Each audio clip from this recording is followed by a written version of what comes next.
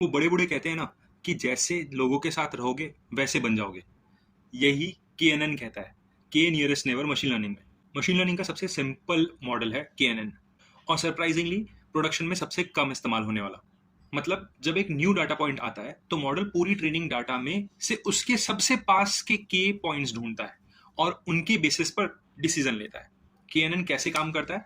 सोच लो तुम एक न्यू फ्लावर हो और तुम्हें डिसाइड करना है कि तुम किस कैटेगरी के हो। स्टेप नंबर 1 क्या होगा? हर एग्जिस्टिंग डाटा पॉइंट से तुम्हारी डिस्टेंस कैलकुलेट होती है। ज़्यादातर Euclidean distance, Manhattan distance. Step number 2 होता है डिस्टेंस के बेसिस पर के नियरेस्ट नेबर्स सेलेक्ट होते हैं। जैसे कि के इक्वल्स टू 3 हो सकता है, के इक्वल्स टू 5 हो सकता है, मतलब कितने नेबर सेलेक्ट करने हैं।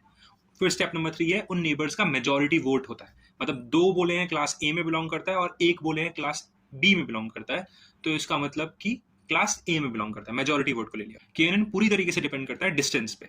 Euclidean distance straight line distance होता है और मैनहट्टन डिस्टेंस ग्रिड वाली डिस्टेंस होती है। तो जो डिस्टेंस एल्गोरिथम यूज करोगे उसके अकॉर्डिंगली वो काम करेगा। इसलिए फीचर स्केलिंग स्टैंडर्डाइजेशन मैंडेटरी होता है, वरना जो फीचर बड़े स्केल का है वो डिसीजन को हाईजेक कर लेगा। अब सबसे इंपॉर्टेंट पार्ट है के की वैल्यू। अगर के इक्वल्स टू 1 है तो लो बायस है, हाई वेरिएंस है, मॉडल नॉइज से कंफ्यूज हो जाता है। और अगर के की वैल्यू बहुत ज्यादा है, लार्ज है, तो हाई बायस है, लो वेरिएंस है, डिसीजन बहुत ज्यादा जनरल हो जाता है। बेस्ट की वही होता है जो बायस वेरिएंस को बैलेंस करे।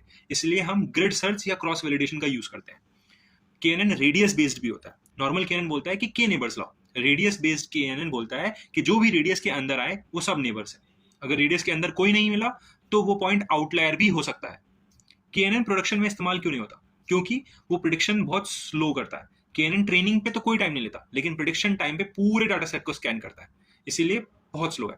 मेमोरी हैवी है, केएनएन को पूरा ट्रेनिंग डाटा स्टोर करना पड़ता है, उसकी वजह से वो स्केलेबल ही नहीं है। फीचर स्केलिंग सेंसिटिव है, थोड़ा सा फीचर चेंज हो, थोड़ा सा स्केलिंग मिस, प्रोडक्शन चेंज हो जाएगा और प्रोडक्शन में स्टेबिलिटी नहीं आएगी। कर्स ऑफ डायमेंशनलिटी भी है। जैसे जैसे डायमेंशंस बढ़ती हैं, डिस्टेंस का मीनिंग ही खत्म हो जाता है। हाई डायमेंशनल डाटा के लिए केएनएन स्ट्रगल करता है। फिर केएनएन यूज कब करना? केएनएन यूज करते हैं small data sets, baseline models में, एजुकेशन पर्पस और इंट्यूशन बिल्डिंग के लिए, या फिर छोटे नॉर्मल रिकमेंडेशन सिस्टम्स के लिए। केएनएन एल्गोरिथम बहुत सिंपल है और इंट्यूटिव भी है, लेकिन रियल वर्ल्ड प्रोडक्शन में इसका यूज ना के बराबर होता है। And that's it for day 17 of 30 days of machine learning. ऐसे ही हम डेली अलग अलग मॉडल्स पढ़ रहे हैं। इस जर्नी को ज्वाइन करने के लिए फॉलो कर लो।